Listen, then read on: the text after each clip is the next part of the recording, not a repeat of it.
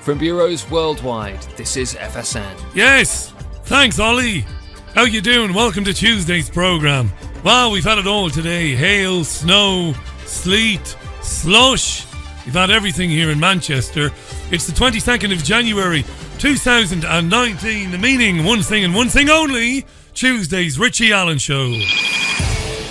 Welcome back to the most listened to independent radio show in Europe. It's your Richie Allen Show.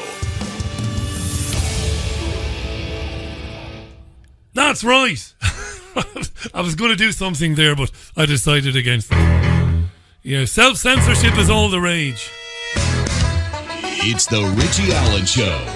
Broadcasting live on richieallen.co.uk and multiple platforms around the world. And now, here's your host, Richie Allen. Got a top show for you this afternoon, this evening, whatever you want to call it. Tony Gosling, broadcaster, former BBC journalist, joins me this hour. He hosts BCFM's weekly politics show in Bristol, which, for my money, is unmissable. Tony this hour. And in the second hour, a regular guest as Tony is, I'll be welcoming back to the programme the journalist and the Scottish socialist, former member of the Scottish Parliament, Tommy Sheridan, joins the programme. And there's so much to talk about with the two guys. I won't give you a general synopsis of what we're going to be talking about, because we're going to cover pretty much everything that is going on in UK news and UK media today. So Tony Gosling, Tommy Sheridan, Twitter for the comments. You know the Twitter handle now. There's no point in me giving you the Twitter handle because you know what it is. Welcome to the show. I hope you're wrapped up well and I hope you're keeping warm. And again, not trying to sound holier than thou or pious, spare a thought to people that are sleeping rough. This particular time of the year, it's freezing. Where you can buy a flask and put coffee in it or soup or tea, do that much if you can. It'll make a massive difference, and I know this for a fact. Right, welcome to Tuesday's programme. Sorry for my absence yesterday. There was nothing wrong with me. Something came up, as things do from time to time. I'm with you till Friday accordingly. So Friday afternoon there will be a live news roundup show with some music, maybe with a guest to make up for my absence yesterday. Otherwise it's the normal week. Right, I'm going to jump in because I want to have lots of time with Tony and with Tommy. Now, this is not news, but because I was away yesterday and because we learned about this over the weekend, I've got to talk about it because I spent so much time talking about the Skripal story. Yulia and Sergei the double agent, they were poisoned by Novichok in Salisbury 10 months ago. Who can believe it? And apparently the Russians did it. The Russians that tried to kill them for no reason. Just tried to kill them. But anyway, we got some funny news, didn't we, over the weekend? I know that probably many of you won't be aware of this, so we'll play it straight. It has been announced that when the Skripals collapsed in Salisbury on the bench after they came from their Sunday lunch, after they'd had their food, it's been announced that the first responder was none other, the very first person to see them unwell and to treat them was none other than a British Army nurse. What kind of fuckery is this? Yes, it was a British Army nurse. What a coincidence. The first responder. And it's been kept very secret. Why have we only learned about this today? Surely to Jesus, dear listener, Jesus, Mary and Holy Saint Josephs and all the saints, why is it only now we're finding out? Are the British media asleep on their watch? Why are we only learning now? Well, Polly Boyko is an RT reporter. I like Polly. She's pretty good, pretty sharp. And she's found out why we've only found out. Polly Boyko. The reason we know about this now is because the mum in this story nominated her daughter for a local bravery award that was handed out by a local radio station. Ah, the little boy, as we say in Ireland, gave the game away. The daughter spilled the beans to a local radio station, and 'tis no longer a secret. And the radio station that handed out the award said that they didn't want any press attention immediately, sort of in the aftermath. Well, they wouldn't, would they? Aftermath of the Skripal saga, which is why it's only become public knowledge now. Now, as for the mother's name is Colonel Alison McCourt, and she's only a colonel that happened to be the first person to deal with the Skripals. A colonel? An army colonel? She is now the chief nursing officer for the British Army. She's the chief nursing officer for the British Army. And she's got an OBE. She's had quite a career, it's got to be said. She's worked in OBE. Kosovo, Bosnia, Iraq, and also treating Ebola in Sierra Leone.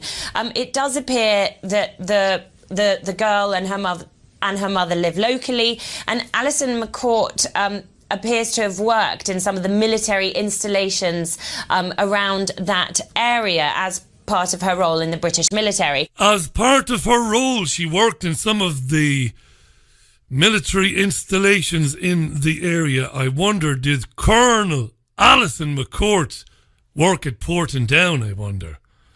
Handy that. I mean, wow. So you have a colonel, British Army colonel, first on the scene. Nothing from the British media. All right, move on. Nothing to see here. Please disperse. Nothing to see here. Nothing please. to see here. Please move on. Not a dicky bird from the British media. Not a dicky bird. Handy. And the Russians have wasted no time, even today, in lampooning this and mocking the British media for accepting so many coincidences in the Skripal story. Right, madness, but there you are. The European Union Army. Now, I've been warning about an EU army for 15 years at least. 15, even during my commercial radio days, I talked about this. And I was dismissed when I raised fears about military alignment. I was dismissed as a loony lefty conspiracy theorist. France and Germany, as you heard Ollie Barrett tell you in the news, have signed a new treaty today in Aachen, aimed at breathing new life into their place at the centre of the European Union. Don't believe it. Don't believe it. Germany is the puppet master and France is the bitch. That's the way it is, right? So the BBC reports as the UK moves to leave the EU, the treaty commits wholeheartedly to defending it. So the French and the Germans getting together to strengthen the European Union and their own place at the heart of it. Wasn't it funny to hear Angela Merkel, the German Chancellor? She's been Chancellor since about 1622. Can't remember the Chancellor before her. She said peace and security were important and she backed the emergence of a European army again. They've been at this for months now, both Macron and Merkel, Mrs. Merkel, as Farage calls her. President Macron said the challenge is for Europe to become a shield against the tumults of the world, the tumultuous world. They're in Aachen. Here's Merkel on the European Union Army. It's about military alignment. We commit ourselves to developing a joint military culture, as it were, a common defence industry, a common line and a common policy on arms exports.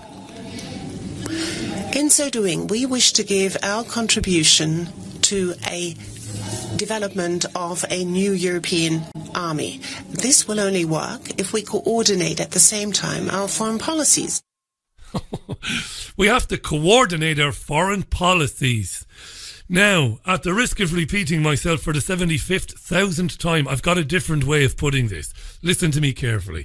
If you're listening to the programme and you're a left social democrat and if you believe in the European Union, first of all, thanks for listening to the programme, even though you disagree with me. That's not a bad thing. It's a good thing, right? Thank you. Let me tell you a few immutable truths. Things that cannot be dismissed. These are truths, facts. Listen, if you wanted a centralised control system, if you wanted to centralise power over the countries of Europe, you would need to control what? What? Starter for 5. University of Oxford. You would need to control 3 things. And the three things are very simple: central banking, fiscal revenue, and the military. Right? Let's talk about the banking. The European Central Bank, what does the EU do? It controls currencies and it also controls lending to the member states. It's marvellous. It's got it locked up, sewn up. Absolutely incredible. The European Central Bank controls the currencies and it lends to the member states, lends them money they can never pay back, so it takes control of their money supply. Fiscal revenue, what's that all about, Richie? Well, back in October of last year, I reported on this programme that the European Union Parliament backed a resolution to call for direct revenues for the European Union itself, straight to Brussels. What does that mean? This is in October now. What does that mean? Well, it means, I'll give you one example. So Ireland and England, I should say the UK and France and Poland, at the moment, they would tax multinational companies, let's say Facebook, Google, let's say Amazon, let's say, well, you could make up insert any company here. Each individual company gets its own revenue, right? Right. Individual states. But that's going to change. The European Union wants revenues to flow directly into its own coffers, into its own budget, basically circumnavigating the sovereign states. So the sovereign states no longer fund themselves or seek to fund themselves through taxation. This is a fact. Look it up, October. Right? So you've got control of the money supply, you've got monetary control, now you've got control of fiscal revenue, you've got control of taxation and bringing taxes directly to Brussels as opposed to the nation states, and now you have the European Union Army. And of course the EU Army, and it's not like an EU army, it's basically centralised control over everybody else's armies. So it's the same thing. So it could decide to initiate military action. Again, taking that away from national parliamentary control. What might that lead to? Well, it might lead to small countries giving up their military forces entirely and saying, all right then, we'll give our powers of military defence to you because we're tiny. Denmark, Luxembourg.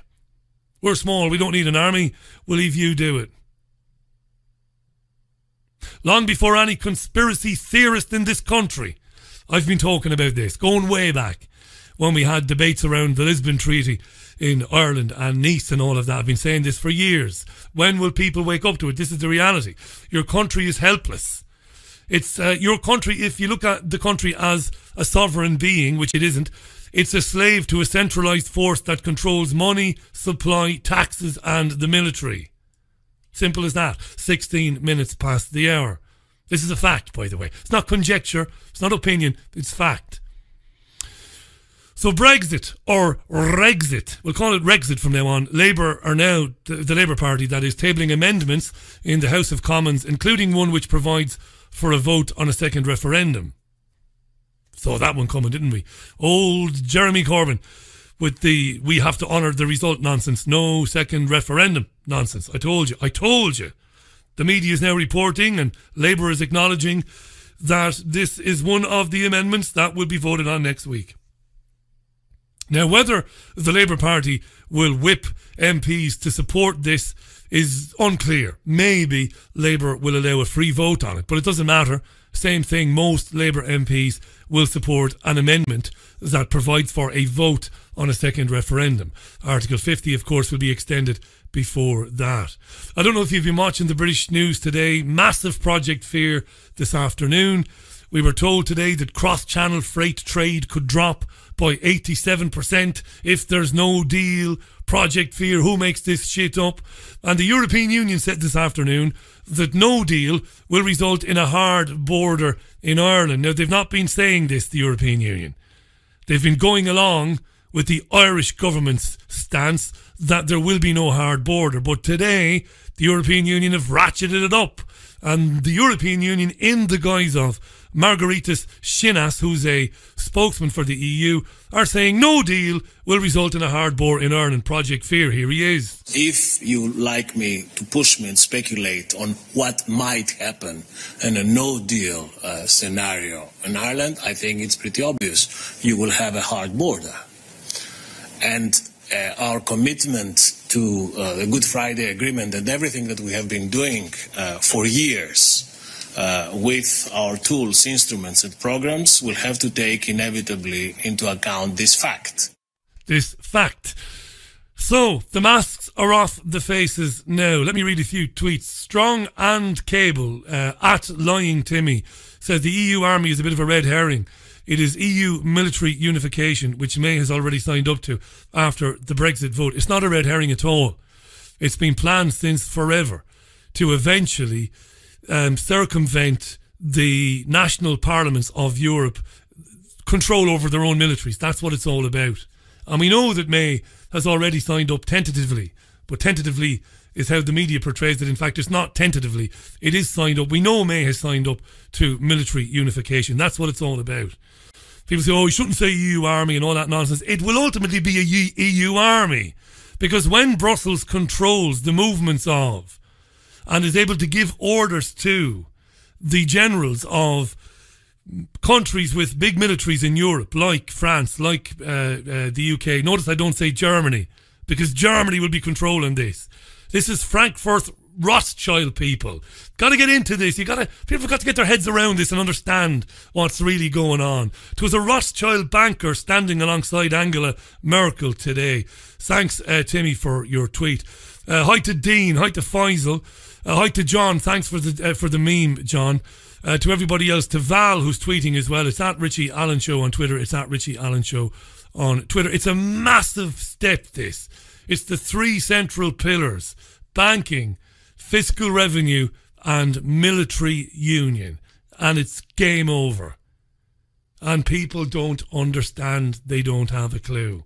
What does the Irish Foreign Minister Simon Coveney have to say about the European Union's declaration today that there will be a hard border after March 29th if there's no deal?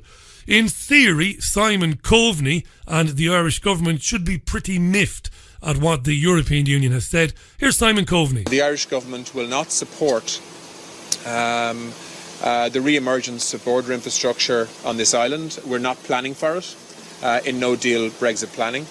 But certainly, if we don't have a withdrawal agreement, it becomes very, very difficult to prevent that. So you don't think the Irish government position that there will be no hard border is no longer credible, though, when the European Commission itself is saying it will be there in the case of a no-deal Brexit? No, I don't. No, I don't think that the Irish government's position is incredible now that the European Union has said this, that Simon Coveney trying to bitch himself up and act like a tough guy. He's a puppet. Ireland is a vassal state of the European Union. Indentured labour has been said on this programme by guests before. That's all it is. He's talking tough as if there's anything he can do about it. 21 minutes past the hour. I found this very interesting today. I know you will find it interesting. And I reached out to the person involved. Did you come across this? Kerry Parker is a former Miss UK who's also worked as a Hollywood stunt double as well. Very active woman, has achieved quite a lot, has done a lot in her life. She's got an inoperable brain tumour, sadly, for her and her family. But she's been talking to the press in the last day or two because she's running a campaign on social media where she's basically giving up on chemotherapy because she wants to explore natural remedies or natural solutions to helping with her brain cancer. She was told the tumour was fatal back in December. She was given the all clear back in 2013, but it's come back. She's 34 years old. She was Miss UK back in 2016. Not only was she a stunt double, but she's also been a Playboy bunny and has also been an army medic. Like I said, a high achiever. But she's given up on chemotherapy, and she says it will add a few extra months of survival, but at what cost? I will do whatever it takes to find a natural cure for the disease, and I will use myself as a guinea pig to prove there are alternative treatments. So I've reached out to the woman, Kerry Parker. I don't hold out much hope of getting an interview because she's been blogging on social media saying that she's got a celebrity agent now and stuff like that, and I think she's going to be doing the major mid-morning talk show, so she probably won't talk to this programme. But anyway, all the best to her in her search for natural remedies. We wish her all the very best, don't we? Because we're very interested in that sort of thing. This is your Richie Allen Show, 23 minutes past 5 for January 22nd, 2019. That's right, freezing cold out there. And the cold snap is expected to last around the country until at least the end of January. I think we might escape the worst of it here in Manchester, but in other parts of the country, you're going to have a lot of snow and ice. So I'm saying again, if you can do anything for people that are out on the streets, however small it might be, look after them. Hi to LFC, hi to David at Cartoon Drunk. He says Brexit is becoming a primordial fight between good and evil. I wish it was a fight, because Brexit is over. It's not going to happen. I take no pleasure in saying that as a fact, but it's just not going to happen. Patrick tweets, I wonder if a nursing colonel knows how to administer poisons, toxins and drugs. What a story this is that emerged at the weekend, I think on Sunday. This incredible story that the first person on the scene, the very first person to approach the Skripals when they were lying incapacitated on a bench in Salisbury, was an army colonel. A nurse was in charge of nursing in the British Army now, a woman called Colonel Alison McCourt. That news kept secret for months and months and months and months, but the Colonel's daughter rang a local radio station to nominate her mummy as a hero, and now the cat is out of the bag. The Russians are rolling around on their backs with their legs in the air, laughing their arses off. So they are laughing their arses off at the stream of coincidences that the British media seems to take as, well, it's okay. Don't worry about it. Nothing to see here. Absolutely nothing to see here. Don't forget, coming up on the programme a little bit later on, Tommy Sheridan joins us live from his native Scotland. We'll also be joined by Tony Gosling. That should be in a couple of minutes' time. Hopefully Tony will be on the other end of the phone after music from the Pale. Alrighty, this is the Richie Allen Show, live on Fab Radio 2, TuneIn Radio, triggerwarning.tv and richieallen.co.uk. It's a song called Delirious. Back in a couple of minutes. Music from The Pale on the Richie Allen Show, song called Delirious, 27 minutes past the hour. Let's get straight into it. I don't need to introduce my first guest, brilliant journalist, former BBC journalist, radio presenter, geopolitical analyst. Check out the Politics Show on BC FM. It's a terrific weekly show if you haven't heard it before. More info on that at thisweek.org.uk. Also check out bilderberg.org. Let's welcome back to the show our good friend Tony Gosling. Tony, welcome back. Hi Richie, thanks for asking me on again. It's an honour to have you on. Let's get straight into the madness of the news that we learned. I think you might have alerted me to it, that Colonel Alison McCourt, the most senior nurse in the British Army, has been all over the world, has worked in military installations near Salisbury. She happened to be the first person on the scene to tend to the stricken Skripals 10 months ago. Amazing story. We only know this because her daughter spilled the beans by contacting local radio to recommend her mummy get a Heroes Award. The Russians are laughing their backsides off, Tony. What's going on? Well, okay, so I was working in Salisbury for the BBC as a reporter when Spire FM was being set up. This is in the early 1990s. And, I was obviously, a lot of us were interested to see what is this organisation going to do. Well, anyway, at the weekend, they had their annual awards ceremony. And that's the only reason we know. It's because this colonel, this most senior colonel nurse in the British Army, was actually right on the scene when this so-called Salisbury poisoning was happening. And there's a wonderful picture that RT have posted on their website of her. I mean, I do have to look at it twice, blink and say, has this been photoshopped? Because there she is, stood outside in her army uniform. Actually, I have to say her cap is a little bit wonky, but maybe, she hasn't been under too much discipline in the army to make sure her cap is straight. But she's got 1, 2, 3, 4, 5, 6 medals pinned on her chest. I'm not sure how many times she's been in battle and risked her life and how many campaigns she's had. But this is the person who was on the scene with her daughter just as the Skripal thing happened almost a year ago. And we only know because Spire FM, bless them, gave an award ceremony for her daughter. Up until now, these two have been kept strictly anonymous. Absolutely incredible. Polly Boyko, reporting for RT this afternoon, says the Russians are demanding access. They're still demanding access to witnesses. They're demanding access to the Skripals to prove they're alive and well, and that they'd also like to speak to Alison McCord. It just gets curiouser and curiouser. Can we dismiss this now, Tony? You see, you're a proper journalist, and you'll never go all in. You'll always allow a little bit of room for reasonable doubt. But can we just go all in now and say this is one of the hoaxes of the century? Well, it's just another piece of evidence that this is not what we've been told it is. I mean, it's just an incredible coincidence. The other incredible coincidence is that just 10 minutes drive down the road from where it happened a year ago, whatever did happen, is is alive, not decommissioned, which is true for most of them in the world, a live, active chemical and biological warfare base, the central place in the whole of the United Kingdom where all these substances are concentrated. Is just 10 minutes drive down the road at Porton Down, and this proximity of this base to where this incident happened is another coincidence that hasn't been reported. There's, I would suggest, something like 20-25 coincidences. My copper's hunch is the whole thing is a psyop concocted by the British intelligence services. I would imagine that she is probably an undercover intelligence officer.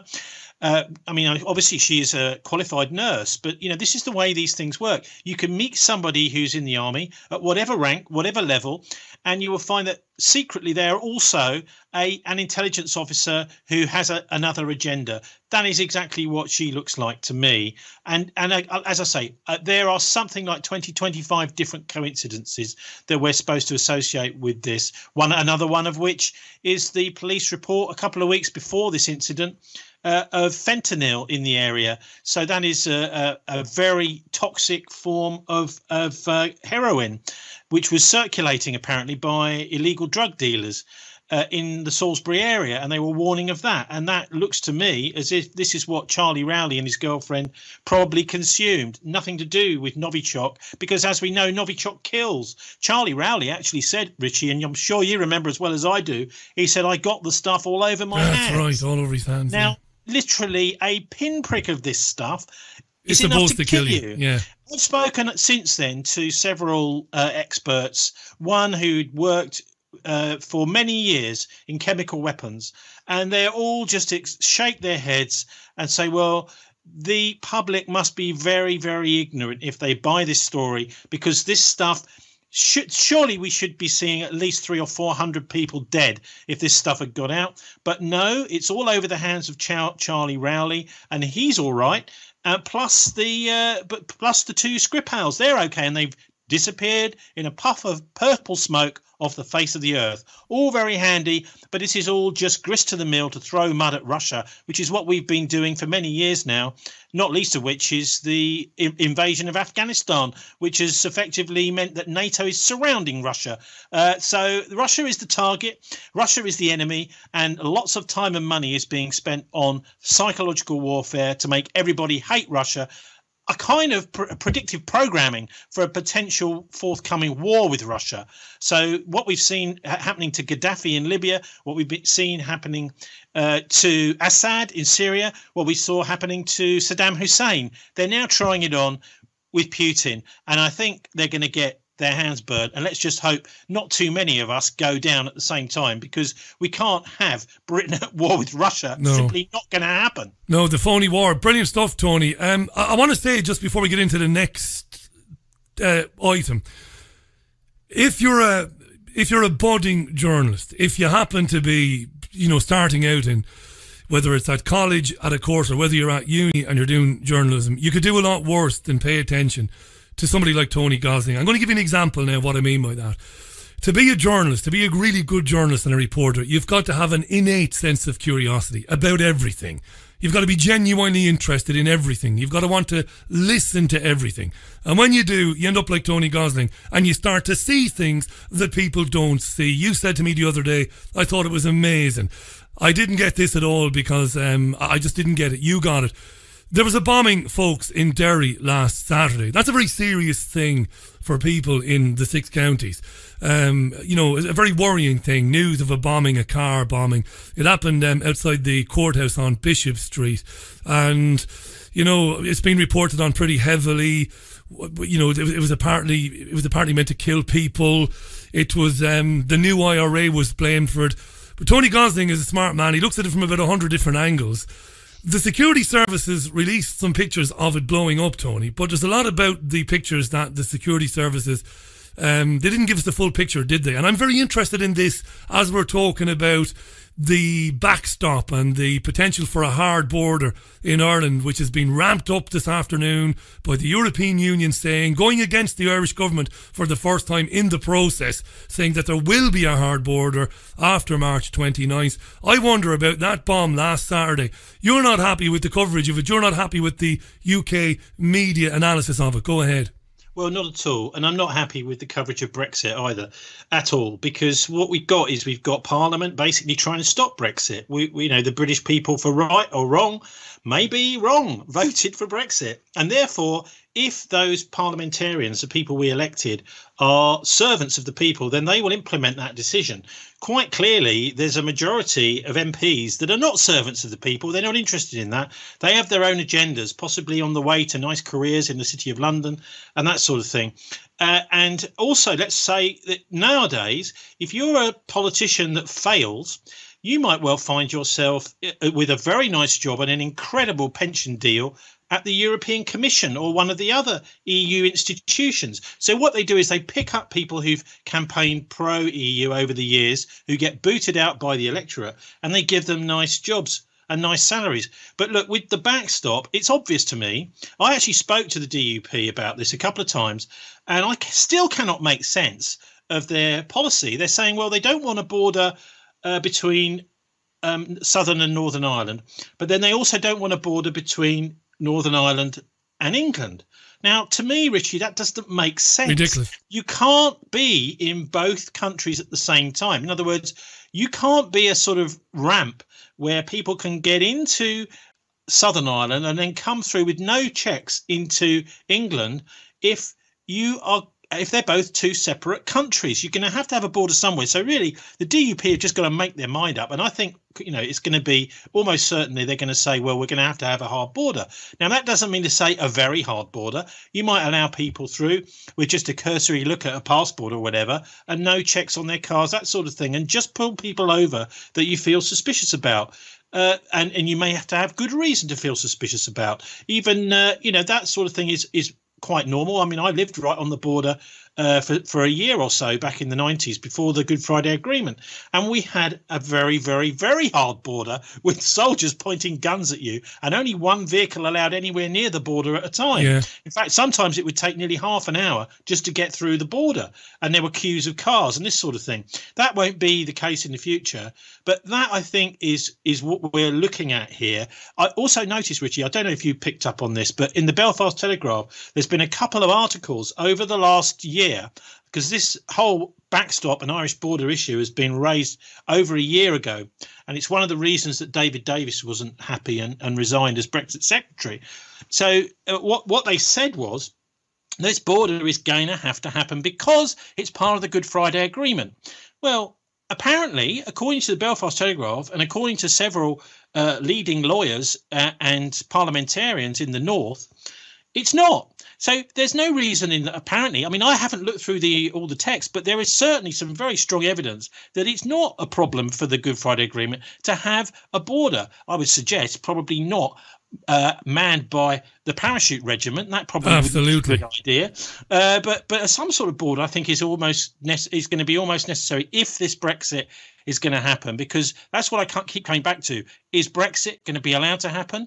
Do the parliamentarians serve the people, or do they just see us as people to be managed? And if they do see us as people to be managed and our opinions to be managed, then I'm really worried about the future, because this could be a real crisis if they try and overturn this whole referendum. In fact, I'd also add to all of this that many of the Remainers, I wouldn't say all of them, but many of them I've spoken to, have said, well, look, we've had a vote on it and we've decided, and they just want to see the decision implemented. They agree with the democratic decision. If the majority say that they want to leave, then many of the Remainers actually just want to get it over with and leave anyway. So what you've got is more than half saying we want to leave. You've also got a substantial proportion of the people that voted Remain also saying, look, let's just get on and leave.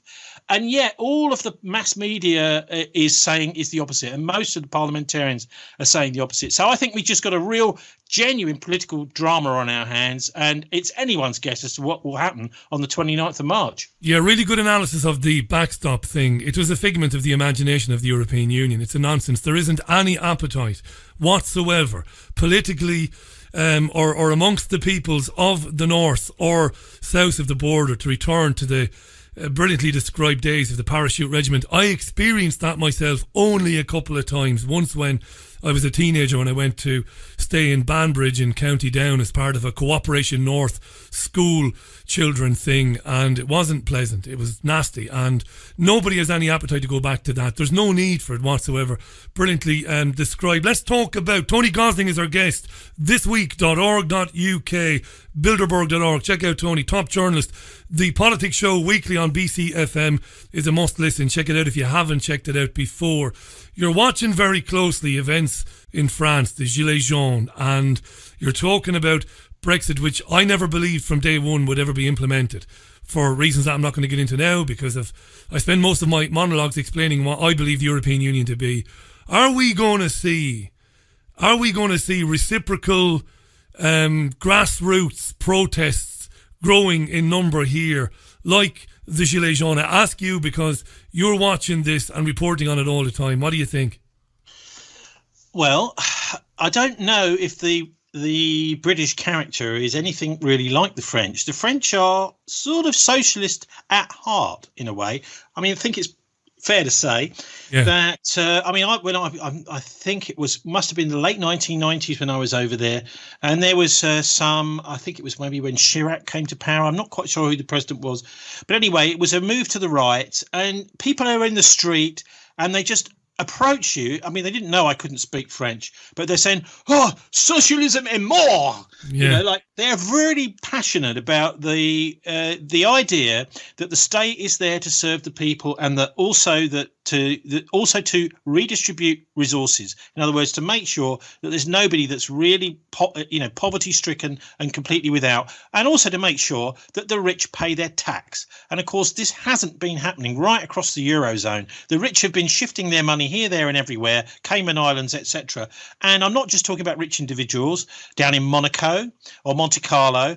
I'm talking also about the corporations, the big corporations who are selling, basically taking over the markets of France. So the reason that many of the small businesses and small shopkeepers are having to sell up and close their businesses is because we're in the era of the transnational corporations, and they are past masters, Richie, at not paying tax. They'll pay little amounts, piffling amounts, and they'll sometimes pay fines because they've calculated that a criminal activity is only likely to get them a small fine, and they can make more profit out of the criminal activity anyway. So what we're seeing is a kind of criminalisation particularly of the banking sector, and also, of course, that trickles down to other sectors too. But the French are really getting angry about this, quite genuinely, over those lovely meals they have, the long meals. I don't know how much time you spent over there, but a family I was with, we spent, I think it was a Saturday. We started eating at about midday, and we didn't finish until about 10 o'clock in the evening. That's right. It was just one rolling meal with another course, some music, a different wine would be served. Fantastic. I mean, fantastic. And the salad at the end, Tone. Don't forget the salad at the end. The salad comes at the end. For our listeners who don't know this. No, I to be honest, I've not spent a great deal of time there at all, despite my better half being from Nancy, and she's as French as stripy t-shirts and onions around your neck.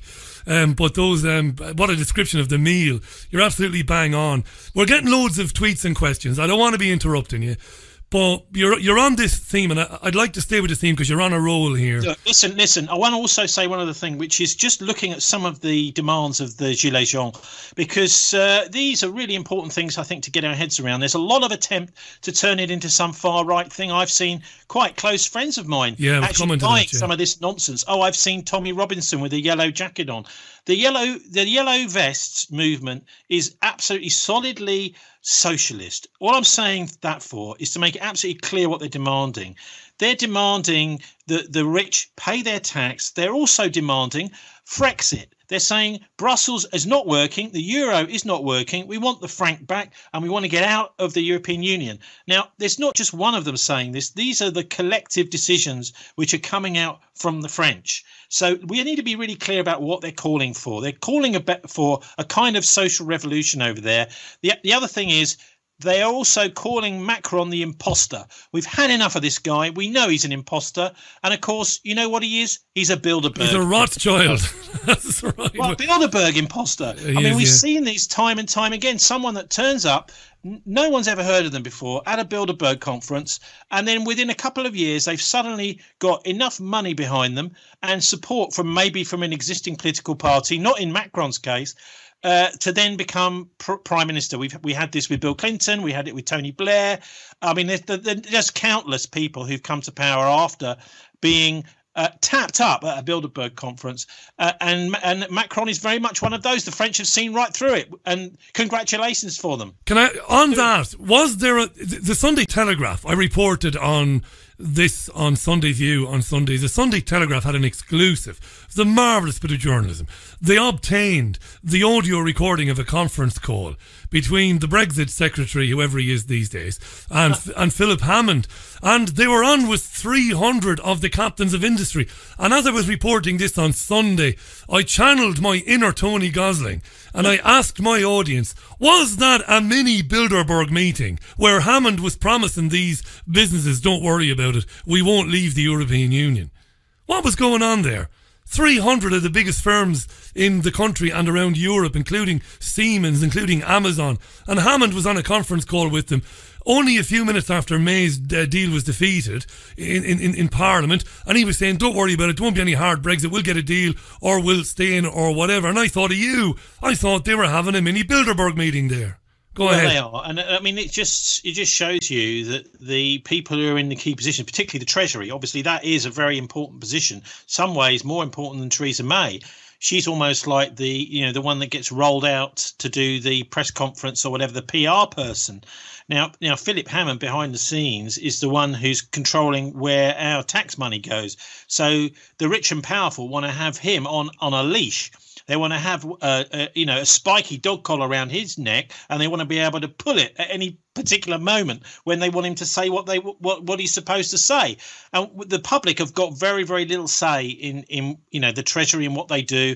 We also had I don't know if you remember this from a couple of years ago, Richie, but we had evidence. Well, it's quite clear. KPMG, PricewaterhouseCoopers had their own spies within the Treasury. Right. They had actually interns and people in there who were just finding out what the Treasury was up to. The reason they do that is because these groups, these financial services firms, who, by the way, audit each other, just take a deep breath and think about that for a minute. Yeah, they do. They do. KPMG auditing, PricewaterhouseCoopers, and vice versa, right? So they had people in there who would be keeping a very close eye on any kind of Treasury policy which might mean taxing the rich and taxing the big corporations so that they could then make counter moves against it. So the Treasury's captured, I would say, almost 100%. I wouldn't say the Bank of England is. You're killing me here. You're killing me here. They've had spies, and I remember you reporting on that. We talked about this. They had spies, these massive corporations in the Treasury. And guess what? The UK media is obsessed with whether or not the Leeds soccer manager was spying on opposition players, but they couldn't give a shit about the fact that the Treasury is compromised. But they'll talk all day about the Leeds boss sending spies to opposition training grounds. We live in a lunatic asylum, Tony. We do. And I mean, look, some of the sanity is coming right now from the Yellow Vests in France. They're talking about no more planned obsolescence. You know, ending this whole idea that you buy something and, you know, a few minutes after its guarantee runs out, the thing falls apart. I've had this quite a lot particularly with electronic goods. They almost seem as if they've got a little timer inside them. As soon as the either 1 year or 2 year guarantees runs out, the thing just stops working. Yeah. They're also talking about banning plastic bottles and all sorts of polluting packaging. We've seen now, even in Malaysia and the Philippines have now banned us sending recycled plastic there because all they've got is mountains and mountains and mountains of untreated recycled plastic, and they've had enough of it. So this whole recycling thing is not working. So they're saying, look, let's just ban the plastic stuff. You know, we don't need it. We don't want it. We never did. In fact, we always used to say as kids, oh, it's from Hong Kong, it must be plastic, you know, and those were in the days when things were made of metal or wood or, you know, things that weren't plastic. Also, they want to weaken, it's a really important one, this weaken the influence of the big pharmaceutical industries on health in general and hospitals in particular. I was just looking the other day, Richie, at another vaccine, not MMR, that's administered, which is another one of these vaccines which has got several vaccines all mixed into one. And there's been no testing at all of the potential combination of those vaccines when injected together. So the individual vaccines have been tried and tested and approved as individual vaccines. But what they're doing is they're injecting them all in at the same time and saying, oh, well, it's okay, it's all approved. Of course, that isn't the case.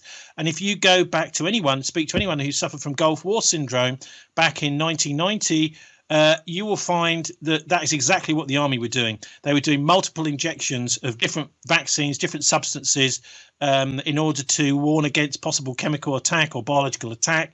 And there were literally hundreds of our servicemen that got terrible illnesses of various sorts.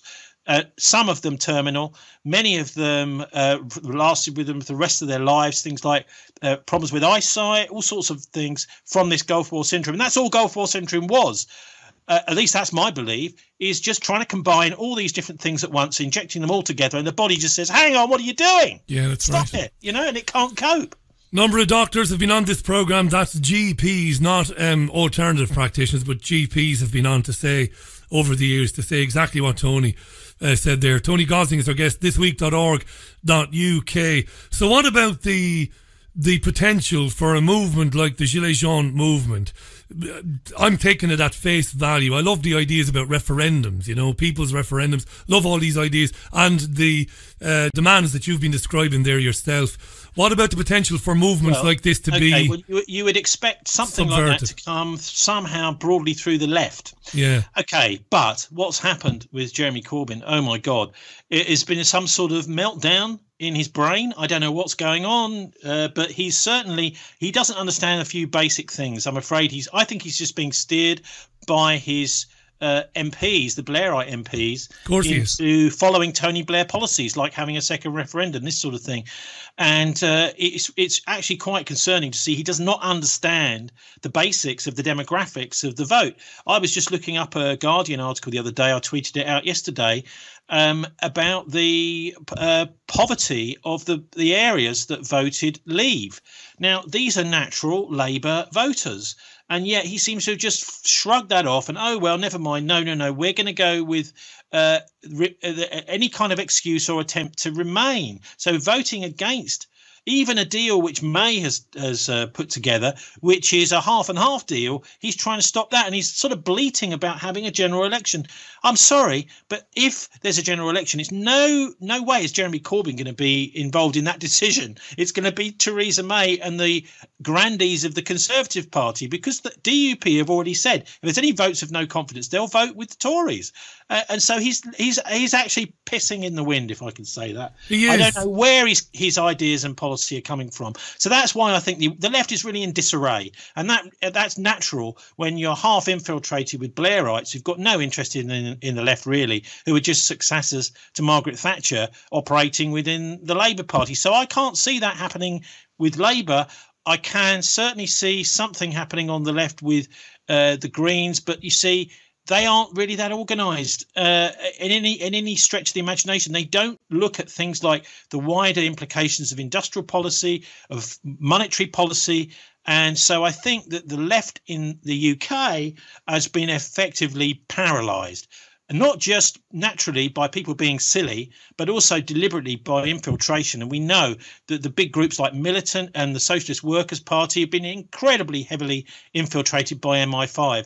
So look, basically the rich and powerful have done their homework in Britain, and they've seen that some of these fringe left-wing groups could be a real threat, certainly in getting people out on the streets. Like, for example, groups like the People's Assembly and CND have done over the years. There are quite a few groups that can do this, but pretty much all of those have been paralysed by infiltration. And the evidence for that is in a book, very strong evidence particularly about the SWP, in Defending the Realm, I think it's called, which is a book about David Shayler and Annie Machon, which was published in, I think, the very late 1990s. It says something like 30 of the top people in the Socialist Workers' Party were working directly for MI5. That's right. That's right. I've not had an opportunity in 10 years to say this to you, and I might not again, but I told you so, Jeremy Corbyn. Jeremy Corbyn is not a socialist. He's a left social Democrat. He doesn't really have a genuine socialist bone in his body. He never was and he never will be.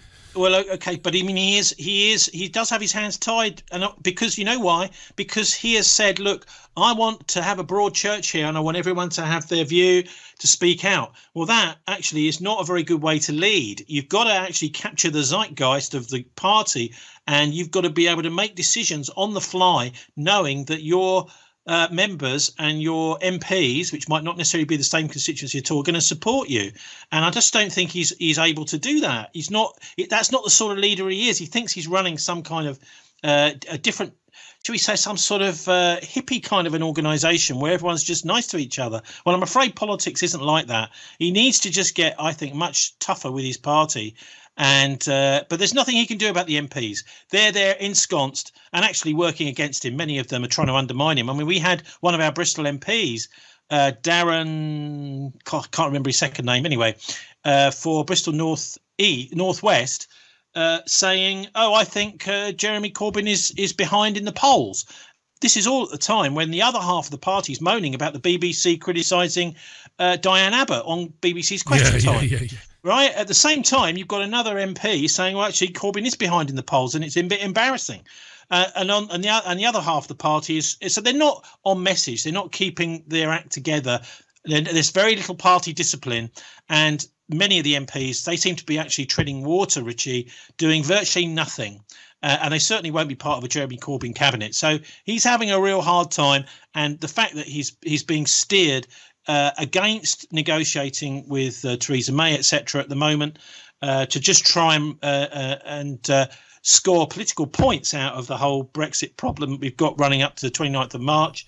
It's also meaning that many people are looking at him, shaking their heads and saying, well, I'm not voting for him again. Let me see what you just said and raise it, and then I'll give you the final word on that for today. I'll see what you said and I'll raise you. He has a massive mandate from the membership, and when they tried to get rid of him, his own MPs, only 18 months or 2 years ago, he mopped the floor with him. So theoretically, he shouldn't give a wet fart what the Blairite MPs in Parliament do. He should be strong enough to stand up to it and say, well, no, I'm sorry, this is where we're going. I put it to you, and I'll give you the final word. Thanks for coming back, T. It's brilliant having you back. I put it to you, final word to you, that he doesn't do what is fairly easy for him to do, because because he's either a champagne socialist or a left social democrat. He's not genuine. Never has been, in my opinion.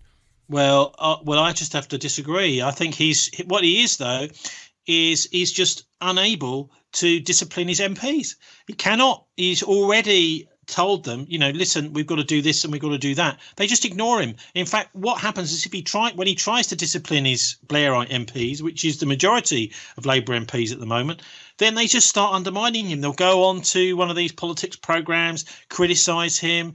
And, so he's at war with his own party. And this is exactly, of course, what the big business wants. The banks want. They're rubbing their hands with glee because they can see that although he's a leader in name, he's got no power to actually get his MPs to vote one way or another. And many of them are spending most of their time, trying to keeping their jobs, but undermining him at the same time. Look, one of the things, though, we did mention the bomb in Derry. We didn't really talk about the footage enough because I think it's quite important. Is it all right if I get into this now, Richie? Yeah, we've got about 3-4 minutes left. Really quick. It's really quick as you can. All I'm saying is I'm making the point that yes, last night they did release the footage, but for the first couple of nights when they had the CCTV footage on the news all around the world, they were showing footage of the car arriving outside Derry Courthouse that had been hijacked and had a bomb inside it, and they showed people walking past the car. And then they showed the car blowing up. What they didn't show was the actual bomber or bombers getting out of the car. Now, this to me is incredibly bizarre because you would surely, whatever clothes they were wearing, they showed it last night. And the guy, it looked like a bloke, was wearing black clothes. But surely straight away, you should be, if I'm a police officer, I should be putting out information to the public saying, look, here is the person. Can anyone identify him by his clothes, by the way he walks or anything like that? But they didn't do that. And this is what makes me think that potentially this is just simply a scare tactic by the security services. And by the way, the main amendments to the whole Brexit vote decision are being made by Dominic Grieve. Dominic Grieve is the chairman of the Intelligence and Security Committee. He is. So he is the closest person to the security services, and nobody seems to be pointing this out. Every time you hear about Dominic Grieve, the Dominic Grieve amendment, people should be thinking instantly, right, this is what MI5 and MI6 want, not what we want. Brilliant to have you back, mate. Folks, check out thisweek.org.uk, the politics show, Fridays on BCFM. Top man Tony, bilderberg.org. Thanks for your time today, mate. I really appreciate it. And I'll be in touch real soon about getting you back. Thanks, Tony. Thanks, Richie. God bless. Always brilliant. You too, mate. Tony Gosling there in Bristol, folks. Check him out. Thisweek.org.uk. Loads of tweets on that. Go to twitter.com where it says... search Twitter, put Richie Allen Show, but no spaces, just one word, Richie Allen Show. If you press enter, you'll see what other people are tweeting me, and I'm getting lots of tweets on it. Alright, your Richie Allen Show, 2 minutes past 6. You've done it. Steve Harley, Make Me Smile on the Richie Allen Show, 4.5 minutes past 6, Tuesday, January 22nd, 2019. Welcome back to the programme. A lot of comments on Tony Gosling and what we were talking about. Lots and lots of comments. Kim says, great to hear Tony's take on things. Great guest, says Kim. Patrick says, there is also the Labour membership that Jeremy Corbyn has to consider, who are allegedly also in favour of a people's vote. He is truly screwed unless he grows a pair and takes the fifth columnist on and appeals to the membership. As I said, a multitude of comments on that at Richie Allen Show on Twitter. Now, my next guest is no stranger to you either. He's a top man, one of the co-founders of the Scottish Socialist Party and Solidarity, former member of the Scottish Parliament. Love having him on. You can read him these days if you go to SputnikNews.com. That's SputnikNews.com.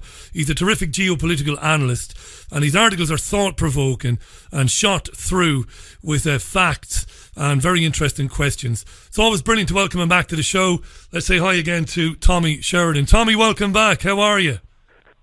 Richie, I'm great, mate, and it just shows you how much a tenner can buy nowadays, because that was a fantastic introduction, mate, and it was money well spent by me. So thanks very much. You're a typical jock. I thought we said 20. There you are, but it'll have to be 10. It'll have to be 10 then. It's the value of the pound, mate. It's going down. It is, isn't it? Right as we speak. Everything is going down. When I put out this morning on Twitter that you were coming back on, you're one of those guests that I know I'm going to get emails with people saying, Richie, put it to Tommy. Richie, put it to Tommy. Richie, put this to Tommy. Before we talk about independence for Scotland, before we talk about hunting, which I want to get into as well, that disgusting practice that still goes on here, and you wrote a brilliant piece on that, SputnikNews.com. I was asked to put to you, honest to God, I will forward you the emails, number of emails, all on Nicolas Maduro and Venezuela. Now, I would have given anything to interview Hugo Chavez. In fact, I got very close. They agreed to bring him on my program in Spain many years ago with an interpreter, and then he was unwell, and then they said, oh, well, maybe it's best he didn't do it. But I was desperate to get him on because I have an awful lot of time for Hugo Chavez, as I know you do. What's happening in Venezuela? That's what I was asked to put to you. Are we seeing Venezuela, the project, the Bolivarian philosophies, real socialism, are we seeing it in its death throes because of external influences, namely the United States and her allies? Are we seeing Venezuela in real trouble? I was asked to put that to you, my friend, by a half a dozen people today. Go ahead.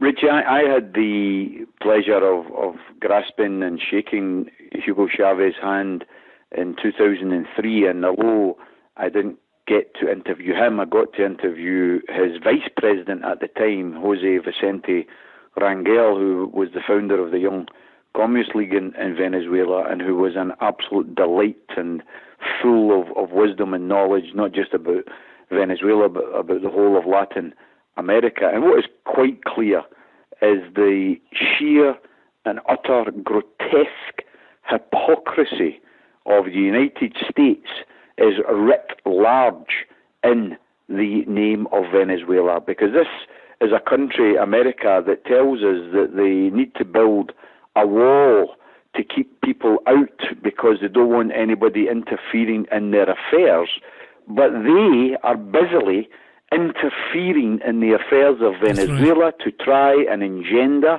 an overthrow of an elected government, over and over democratically elected government. Former bus driver Nicolas Maduro, who was the chosen one of Hugo Chavez before he died, he has been democratically elected on at least 3 occasions, and yet all America does is try and impose economic sanctions, try and finance opposition groups to create economic chaos and mess in order to try and destabilize that country. Now, fortunately, for many years, countries like Bolivia and Chile have stuck by Venezuela and Cuba and tried to ensure that that country wasn't destabilized. What happened recently, of course, with the election of the proto-fascist in Brazil is that America now has an ally in the region, and they are using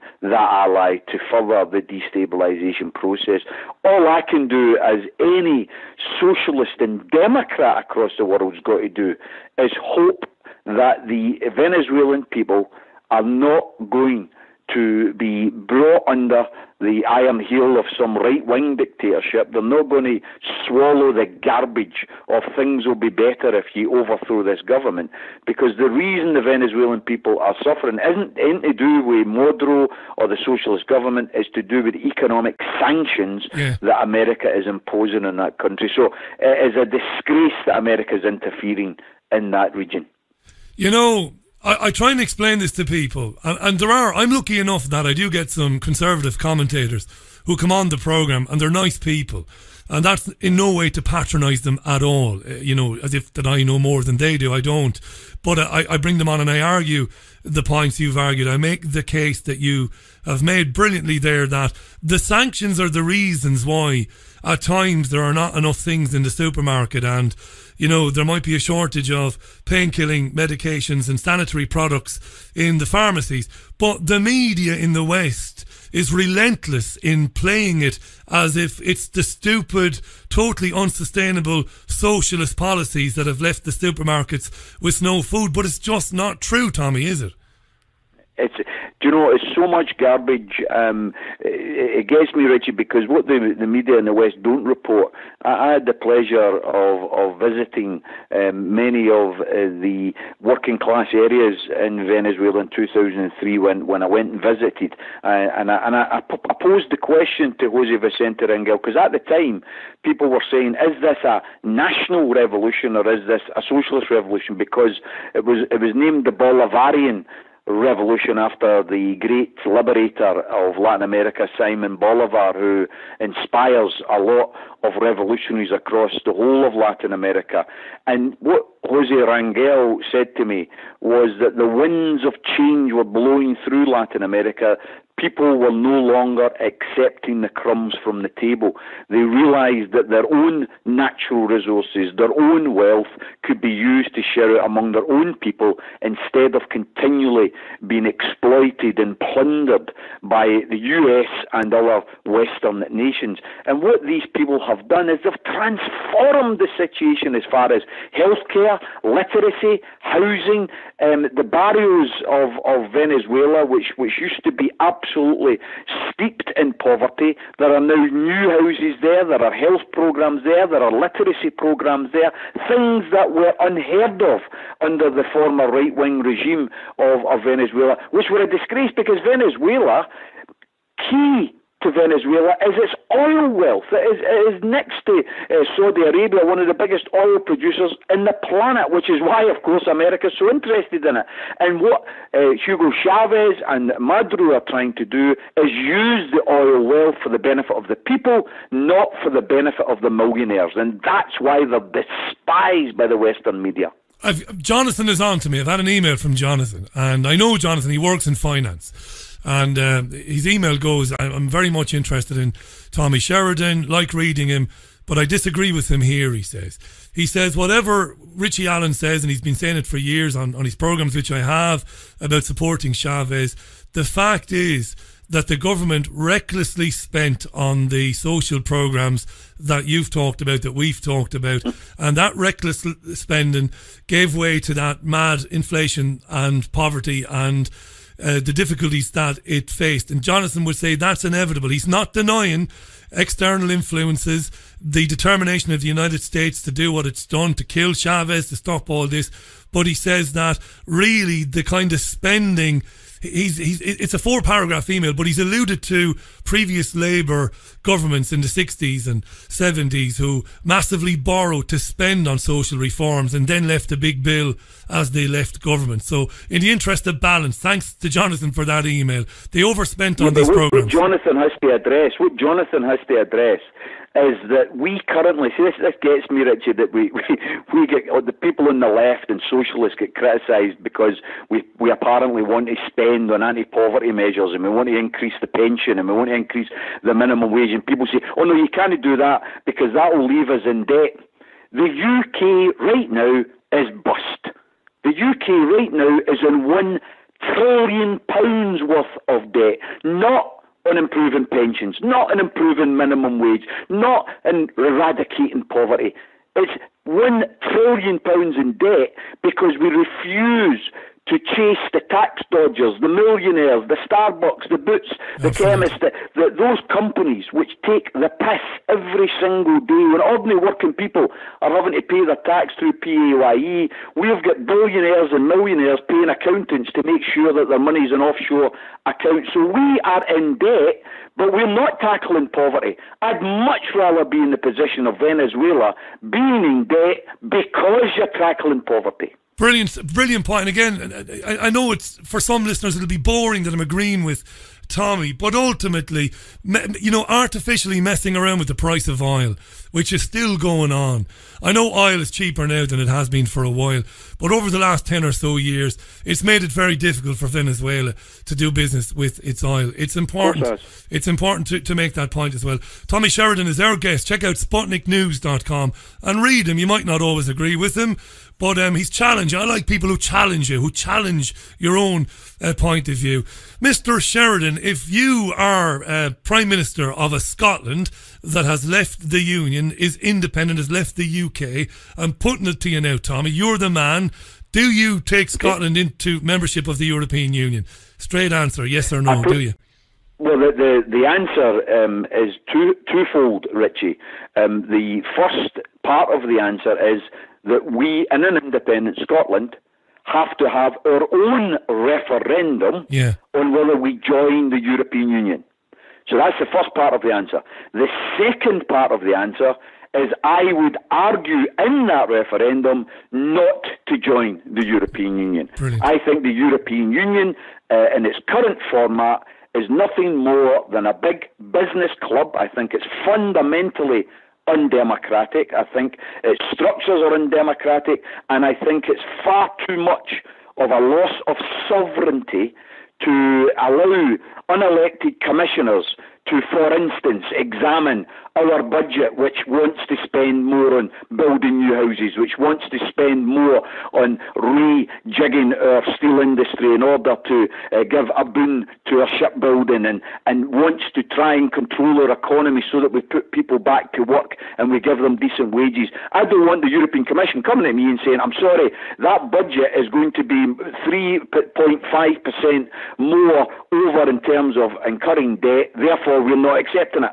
Because that's not what I was voted in to do. I was voted in to tackle poverty and to put people back to work and to create a more fair and equal Scotland. I wasn't voted in to jump to the tune of unelected European commissioners. So my argument would be that we are part of Europe, but we're not part of the European Union. That we go down the road, for instance, of a Norway which is a very successful economy, a Norway which is a high standard of life, a Norway that uses its oil to build up funds so that it can spend on big economic programs, but it does not have membership of the European Union. There is no need to be a member of the European Union. Switzerland's not a member, Iceland's not a member, Scotland doesn't need to be a member. However, here's the final part of that answer, Richie.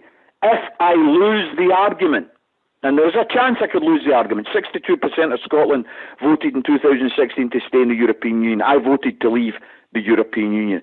But if Scotland, on its own, independently, says, no, we want to join the European Union, then I'll accept it, mate. I'll accept it because my country will have voted that way.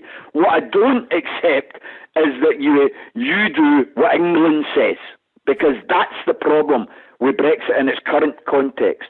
Quite frankly, it is undemocratic, in my opinion, for elected Labour or Tory politicians to be bumping their gums about a people's vote, a so-called people's vote. I don't know what the people's vote is about, because there's nothing democratic or people about it, because the referendum was quite clear. It wasn't a big margin, but it was clear to leave the European Union. But fundamentally, there was then a vote in Parliament about Article 50 in February of 2017, and it was overwhelming, over 400 majority for triggering Article 50. And then here's the big fundamental difference. The most important part, Richie, is there was an election in 2017. And if the Labour Party had stood at that election and said, vote for us, we're against Brexit, we're going to have a second referendum, and they got a 10% increase in their vote, then the people's vote would have legs. It would have a democratic basis. However, the reality is the Labour Party stood in 2017 and says, vote for us, we will implement Brexit. And they got a 10% increase in the vote. So for Labour members to turn around now and say, oh, we're for a people's vote, it's absolutely fundamentally undemocratic. How does it make you feel as a politician? You founded very important socialist parties. When you see politicians whose own constituents voted overwhelmingly to leave in some cases, and you see them doing everything they can to prevent it happening, it's for anybody who's ever believed in the democratic process, got to be very strange times, Tommy. It's got to be strange times because, you see, I listened the other day to a Scottish Labour politician from Edinburgh, and he argued that we should have a new referendum, we should have Brexit 2, basically. And I got angry about it because he stood on a Labour Party manifesto in 2017. And that manifesto was absolutely clear. that they would implement their Brexit. Now, I appreciate, and it's got to be quite clear that I appreciate, Jeremy Corbyn's Brexit is not the same as Theresa May's Brexit. He has a different attitude in terms of the single market, a different attitude in terms of workers' rights. I accept that. But the point is, to go for Brexit 2 does not in any way, shape or form articulate that increased 10% support. And by the way, that increased 10% support for your listeners, they have to understand this. That was the single biggest increase in the Labour Party's share of the vote at one election for 72 years, since Clement Attlee in 1945. That's how good Corbyn did in 2017. You remember, Richie, that in the run-up to that election, people said, Corbyn's finished. This'll do Corbyn in. Corbyn's going to get absolutely annihilated. Not only did he not get annihilated, he got the biggest increase in the share of the Labour vote for 72 years. A brilliant result for Jeremy Corbyn in England and Wales. And now you've got people in the Labour Party want him to throw it all away. To say to these people who voted Labour on that manifesto in 2017, oh listen, I know you voted for us and I know we said we're going to introduce Brexit, we're going to do it. By the way, we're changing all of that now. Is the answer, Tommy? Rubbish is that? It's rubbish. Is the answer to that anomaly? Why, are they rolling back on those commitments to deliver Brexit? Isn't the answer possibly in that guys like you and me, we've had to look at the European Union for the last 20, 25, 30 years.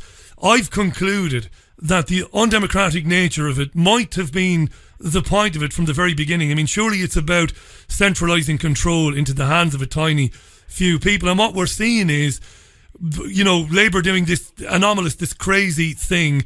But we also saw Theresa May in 2017 introduce a Tory manifesto that I know left you, Tommy Sheridan, wiping your eyes in disbelief, going, these are not Tory policies, screwing, people's inheritances later on in life. Their own base, basically, they were going after, taking equity out of your homes. All this stuff that the Tories would never dare say. They might do it, but they would never dare say it. It looked like May's manifesto was designed to be a disaster.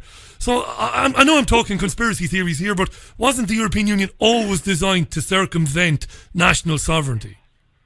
I would argue, Richie, that some people may have had in their minds when the original European Common Market was established way back at the end of the Second World War, you've got a situation where undoubtedly the free marketeers across Europe wanted a bulwark against socialism. They didn't want socialism expanding across Europe. And what the European Common Market was all about was creating a market that made trade among free market economies easier and removed barriers. So it was seen at the time as a trading deal, an expanded trading deal.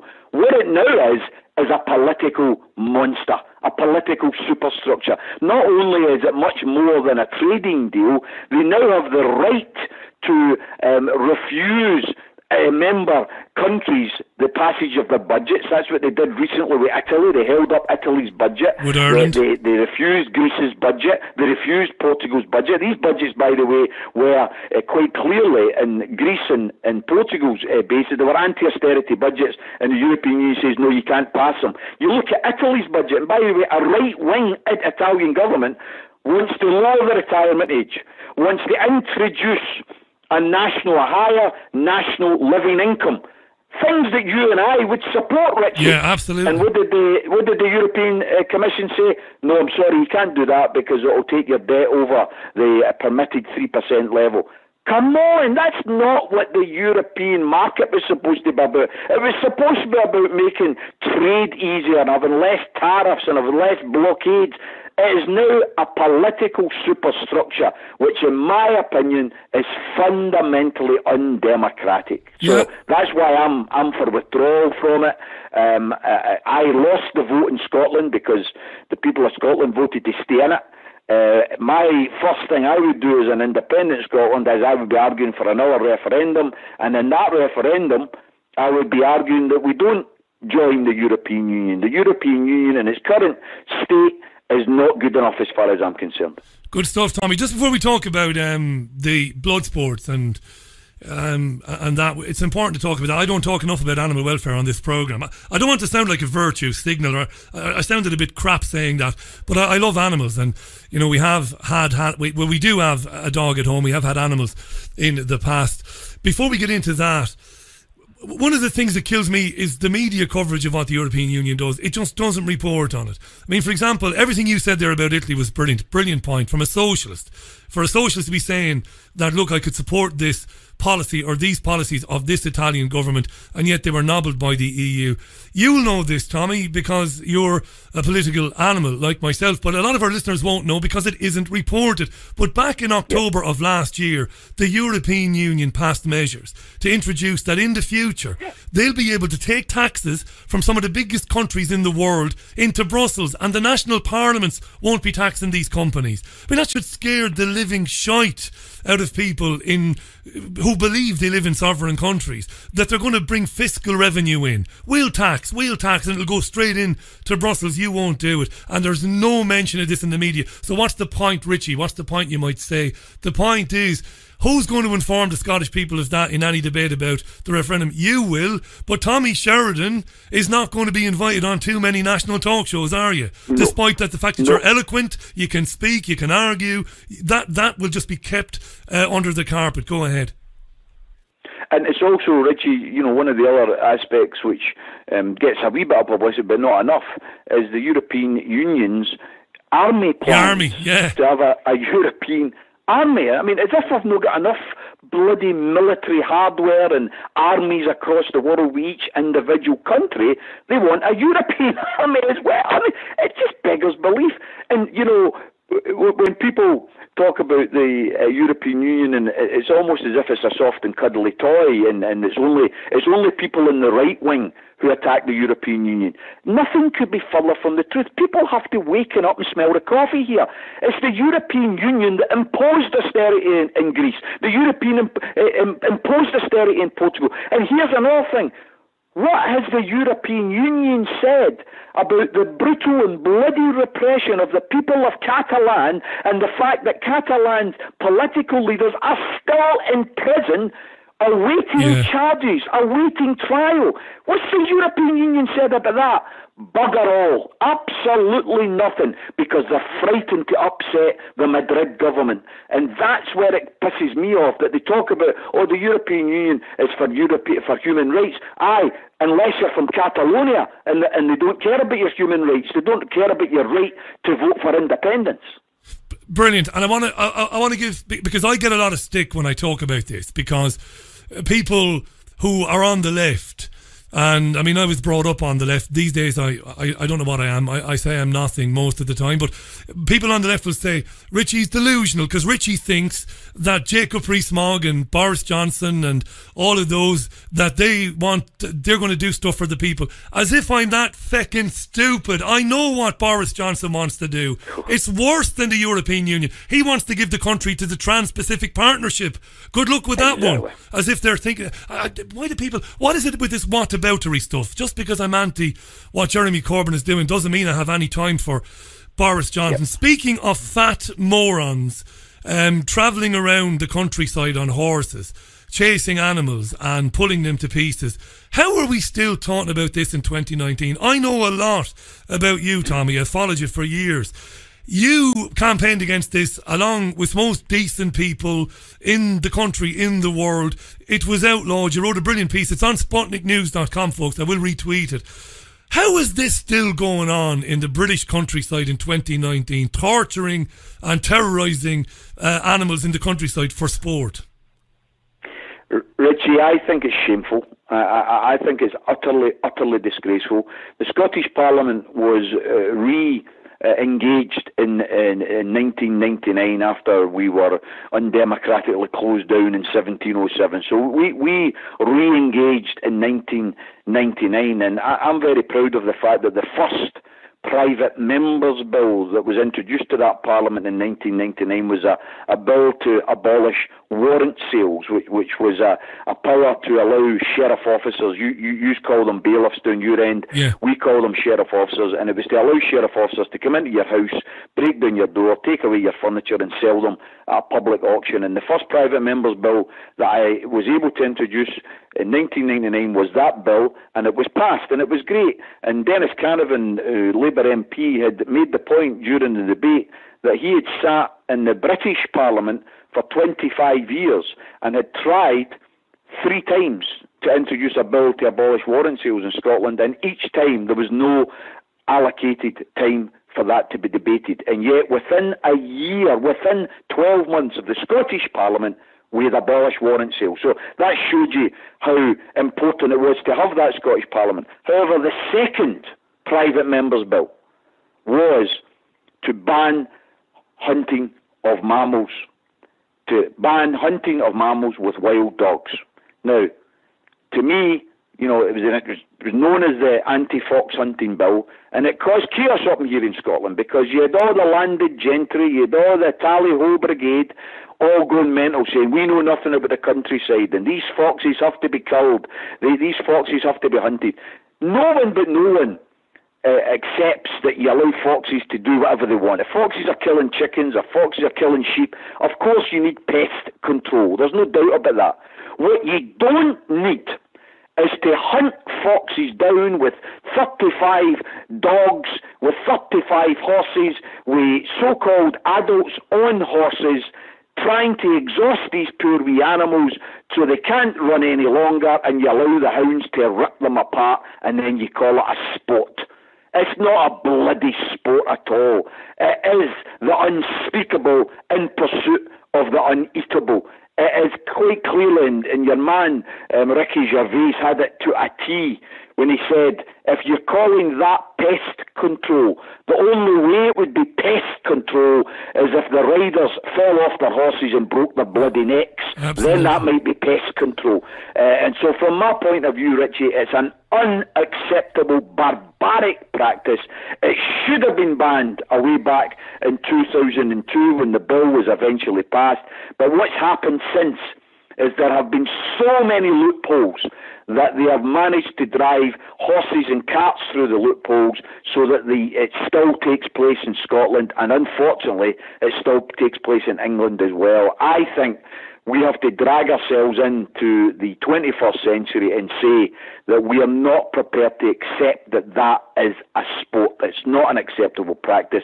And I know that in the countryside, the problem is most of the country estates and most of the owners of these country estates have got the police in their pocket, and they are able to tell the sheriffs, the local sheriffs and the local GPs what to do and what not to do. Well, I think we need to have specialised officers of the law who have got special powers to intervene in order to bring these people to book. They are not above the law. I know you've got 97-year-old Benedict driving about ignoring the road traffic rules everybody else has to abide with and wearing seat belts, but that's unacceptable. We've got to clamp down on these types of practices, Richie, and quite frankly, I think it makes a mockery of the law when you've got this type of thing going on. And going back years, some of the world's leading psychoanalysts have often talked about, and I'm going to put it very bluntly without any sophistication, but they've written about when people harm animals or get gratification from doing things to animals, it doesn't just show them in a very bad light, but it shows the sort of mental state that they're in. Now, I'm not saying that animals are more important than people. I think we're of equal importance. We have equal rights to be here and to live. But what does it say? Because many of these people are in the House of Lords. Many of these people are in Parliament. What does it say about the people ruling the country, whether it's through industry or whether it's through politics, that they get off on what is absolutely sick? It's sick beyond belief. It says a lot about them, doesn't it? Richie, I couldn't have put it better myself, mate. These people who get delight from a wee defenceless animal being ripped to shreds in front of them and then they all get to smear the blood on their faces as some form of ritual. It just makes me so damned angry that they can get away with it. As I say, the law was supposed to ban it. When the law went through the various stages of the committee stage in the Scottish Parliament and the committee stages in Westminster, unfortunately, the hunting brigade, the hunting lobby, managed to get so many amendments through that they are allowed still to hunt in packs. They are allowed to use the dogs. The dogs aren't supposed to kill the animal, but they are allowed to make mistakes. The dogs can do it, but as long as they say it's a mistake, then it's not against the law. It is absolutely farcical. That's why I wrote about it in my Sputnik column a couple of weeks ago. And it's interesting, the point you made earlier, and I know exactly where you're coming from. When I write my column, I tend to try and address issues which are of importance, and poverty and unemployment and the grotesque inequality of wealth and everything. And I wanted to write about the hunting bill because there was a Scottish Parliament statement recently where the Scottish Parliament announced that they are going to implement the measures that have been agreed by a lord who looked at a judge who looked at the gaps in the bill and who said that these gaps should be filled and that there should be a ban effectively in hunting. And I thought, I want to write about that, but then I thought, some people might say, why are you writing about that for? There's so many other important things going on in the world. And I think it's important that we make time to write about things like that and speak about things like that, because you're absolutely right. We're on the same planet, and obviously people kill animals to eat. I know that, and some people disagree with that, and I can accept the position. I eat meat, so I'm not going to be a hypocrite. I accept that animals are sometimes killed for survival in terms of eating. But you can't eat a fox.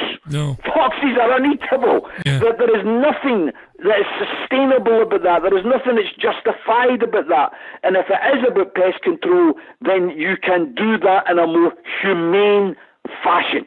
There is nothing humane and nothing efficient about hunting foxes as a form of pest control. Brilliant. And if you tear a fox to pieces and you're happy with that, you're not going to give a shite about the fact that there are over 3,500 people on the streets of this kingdom, as it's called, tonight without anything to eat and without any place to stay. I know you've always been a great advocate for speaking up for the homeless. Tommy Sheridan is our guest. It's SputnikNews.com. That's where you'll find Tommy, SputnikNews.com. He's also on Twitter.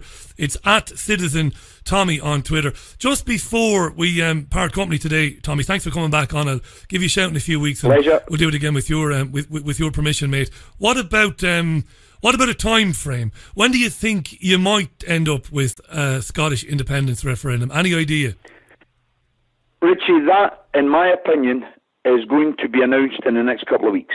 I'm pretty angry and frustrated that we have, in relation to the SNP, which is the government in Scotland, and who I think are doing a reasonably good job in Scotland in terms of the way they are trying to govern. We've got things which I think are important. We have free prescriptions, we've got free tuition, we don't have road tolls, we've got bus passes for our pensioners. We've got things which are important, and I think the government deserves credit for that. They fought the election in 2016 on a commitment that if anything fundamental happened to Scotland, like the withdrawal from the European Union against their will, then that would be the trigger for IndyRef 2. They then fought the 2017 election on the same platform because of the 2016 Euro referendum, Brexit referendum, where Scotland voted fundamentally 62% to stay, and we now find ourselves about to get withdrawn from that European Union.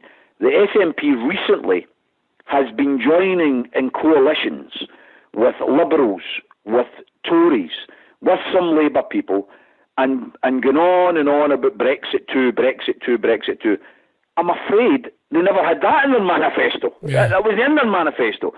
And I've been angry that they've been spending an awful lot of time in this last few weeks going on about Brexit 2 and very little time going on about Indie Ref 2. Well, that should change now. Ian Blackford, the Westminster leader, made a very good speech last night in Parliament, and he said that Scotland could be saved. That the only way to save Scotland was through independence. Well, I'm with you on that, Ian. I disagree on the membership of the European Union, but I can fight that battle once we're independent. What you've now got to do, and all your SNP colleagues have got to do now, is stop trying to save Britain and start trying to break up Britain, because the British Union is the problem, not the solution. And I am now hopeful that there will be an announcement in the next couple of weeks. Nicola has promised that she will give us an announcement in the next couple of weeks on the timing of Indie Ref 2. A mandate exists, Richie. It's a democratic mandate. The people of Scotland have voted for it. It exists, and it has to be used before 2021. I want it used this year. I want the referendum to take place. I would have preferred before March 29th, I've got to say to you.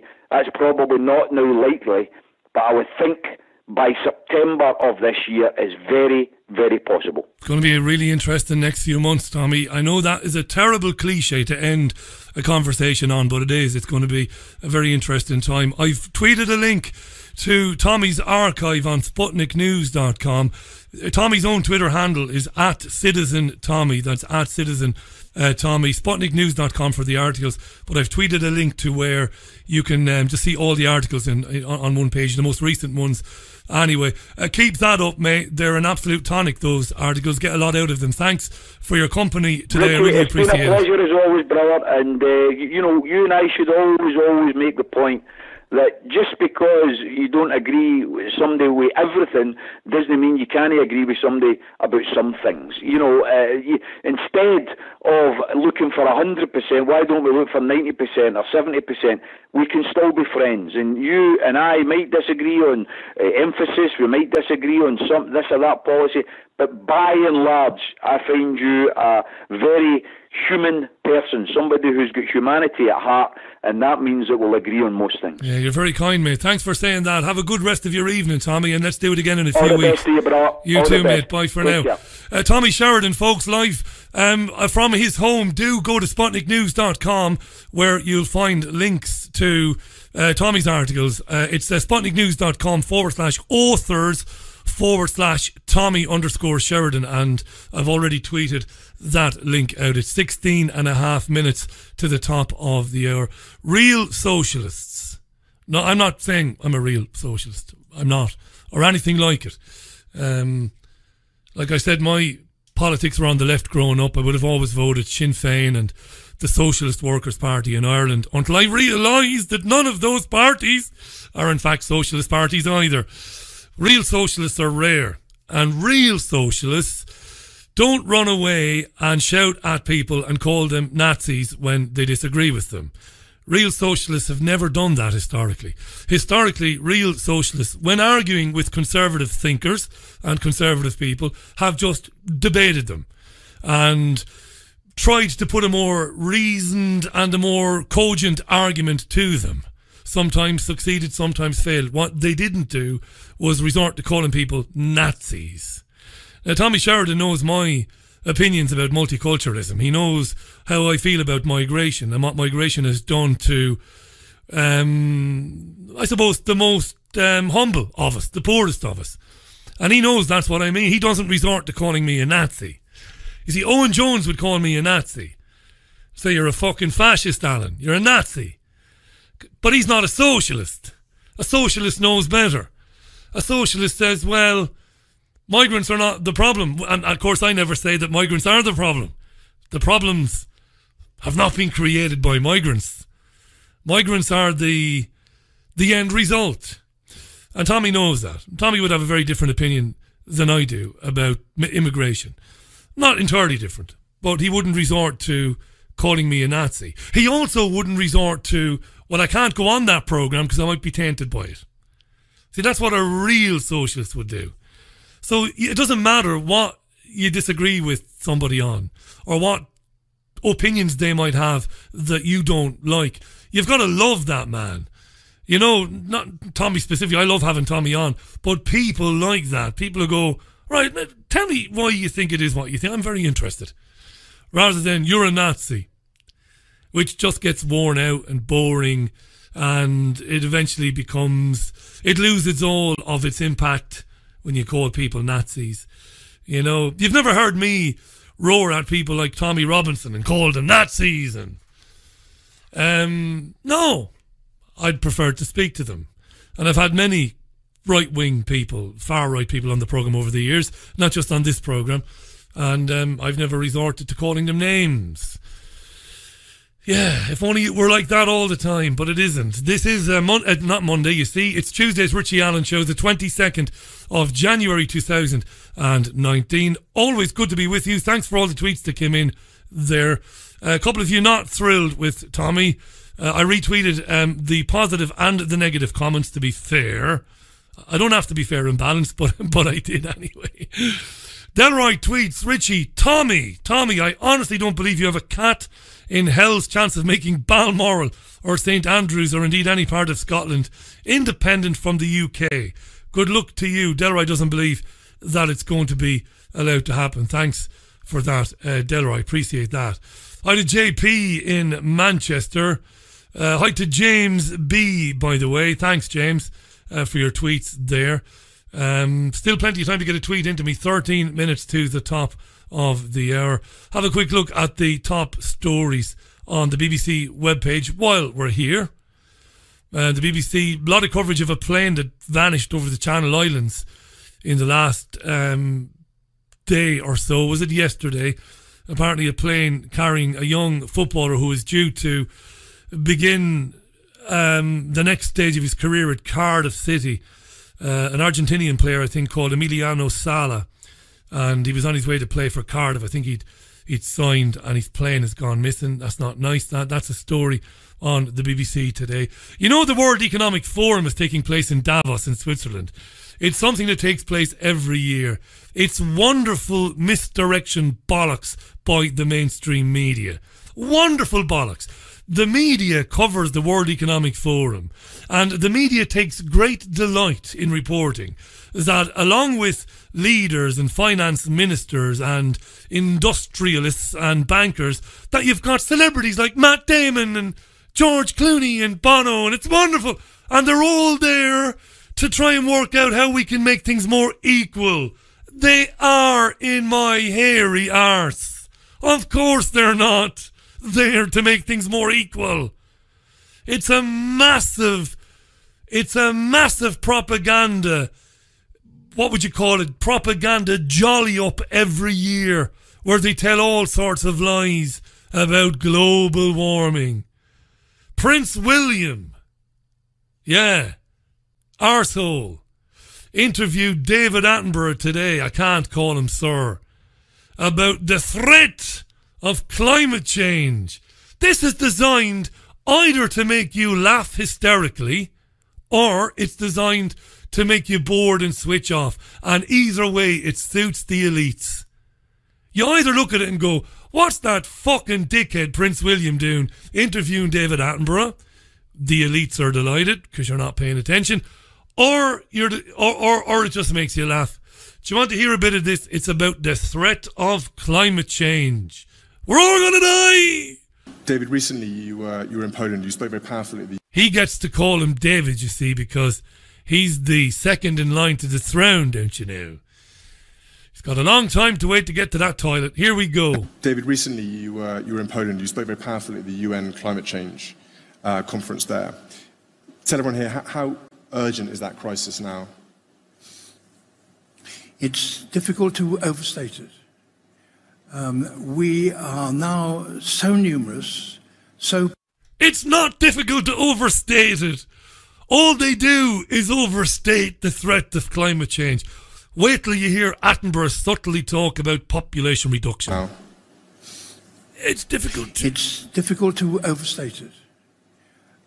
We are now so numerous, so powerful, so all-pervasive. We better kill some people then. the mechanisms that we have for destruction are so wholesale and so frightening that we can actually exterminate whole ecosystems without even noticing it. That's a bit different now than climate change, isn't it? You see, but Prince William, baldy bastard, cat calling, the pot calling the kettle black, the pot calling the kettle black there, Richie. Prince William is not going to say to him, hang on a second, I asked you about climate change. Destroying ecosystems, of course, that's something that goes on. We know this. It's deliberate, by the way. And rendering species obsolete. But it's got nothing to do with the climate changing and warming due to man's industrial activities. Listen to Attenborough waffle on. We have now to be really aware of the dangers of what we're doing. And we already know that, of course, the plastic problem in the seas is wreaking appalling damage upon marine life. Nothing to do with the question, though. The extent of which we don't yet fully know. And why do you think the world leaders and those in key positions of leadership, why do you think they've taken so long and there have been quite a few faltering steps to act on environmental challenges? Ask your fucking grandfather. Because the connection between the natural world and the urban world, the society of human society, has always, since the Industrial Revolution, has been remote and widening. And we didn't realize the effects of what we were doing out there. But now we are seeing that almost everything we do has its echoes and has its duplications and implications across the natural world. Yeah, he just waffles on. David, recently you listen to the question again. You were in Poland. You spoke very powerfully at the UN climate change conference there. Tell everyone here, how urgent is that crisis now? So we asked him about climate change. It's difficult to... And Attenborough wouldn't answer the question. I wonder, are one or two guys like Attenborough, maybe, even though he's getting on in years now, are they reluctant to talk in terms of imminent catastrophe to save themselves embarrassment when the catastrophe that they've promised doesn't come to bear? I wonder, is that what's going on? Because Attenborough is not the only evangelical climate change preacher who has seemed recently anyway to be a little bit reluctant to be talking about the imminent effects of climate change. You know, we're told by 2025 and by 2030 we're all screwed and sea level rises and all of that. I wonder, are people like him now going, yeah, maybe I should keep my powder dry on that one. I might be around for another 5 or 6 years yet. I don't know. I just thought it was interesting when I saw that clip on BBC television today. Ian Schilliker tweets, William is a dirty Villa bastard. Up the fucking blue, says Ian. Yeah, so he's a Aston Villa fan. I noticed that before. He's also got a ceremonial position at the Football Association, or did he? Does he or did he? Is he the president of the Football Association? Maybe he is. Mwinga tweets, the mainstream media will eat up this interview like Christmas dinner because Attenborough said it, so it's fact. But that's the thing, Mwinga, he didn't. He talked about ecosystems. He talked about plastic in the oceans and all of that, but didn't answer the question about climate change and the imminent dangers, which is what the royal arsehole actually asked him. There you are. More or less it for the programme today. Beavering away I am on guests for the rest of the week. Let me just remind you, if you came in late, I will be broadcasting live this coming Friday with a News of the Week roundup show. I do that when, on the rare occasion, it must be said, when I do miss a show in the week. So I'll be doing that on Friday. Think I'll have some music. I'll probably have a guest and we'll have a news roundup as well. Might make it more interactive with the Skype. We'll see what time of day it is. You can contact me through the website, by the way. That's working a little bit better now than it was. In terms of the messages are coming through to me. Hayden Hewitt, who designed the website, Hayden is brilliant. He's an absolute genius, and he's been very good, very helpful, top man, very supportive. So if you do contact the programme through the website, I won't obviously be able to reply to, you know, if you send me a chatty email and stuff like that. It's not because I'm an ignorant bastard and I don't want to talk to you, but I just don't have the time for that. It's just me here making this program. But if you want to recommend a guest, or if there's a topic you think I might pay a bit more attention to in the future, I will be happy to do that to the best of my ability. So maybe just send a very short email with, you know, a paragraph about a guest or a topic that you'd like to see covered, and I will get into that. I promise you, to the best of my ability. Right, okay. That's more or less it, as I said, for today's programme. I'll be back with you tomorrow at the usual time of 5 p.m. UK time. That's 5 p.m. UK time. In the meantime, I'll do this a little bit more regularly than I have before. If you are in a position, only if you are in a position to make a contribution to the ongoing Richie Allen show, finance, control, let's call it. The programme doesn't generate any advertising revenue, as you know. The only source of revenue for the programme now is your generosity. If you can't afford to make a contribution, go to richieallen.co.uk. There's a bank account detail there. There's also PayPal details. But as I have said a million times, if it's beyond your ability to do that, don't worry about it. Times are difficult for people. I'm well aware of it.